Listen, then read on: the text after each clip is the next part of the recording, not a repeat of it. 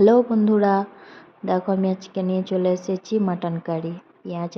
পেঁয়াজ টমেটো কাঁচা লঙ্কাগুলো ভেজে নিচ্ছি, হালকা গরম মশলাও দিয়েছি ফোড়নে।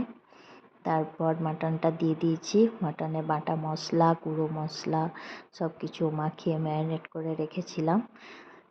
আদা রসুনের পেস্ট পেঁয়াজ কুচি সব দিয়ে ভালো করে ম্যারিনেট করে নিয়ে গুঁড়ো মশলা লঙ্কা গুঁড়ো জিরে গুঁড়ো গরম মশলা গুঁড়ো মিট মশলাও দিয়েছি অল্প, তো সব মাখিয়ে নিয়ে একদম তেলের ওপরে ছেড়ে কষানো চলছে।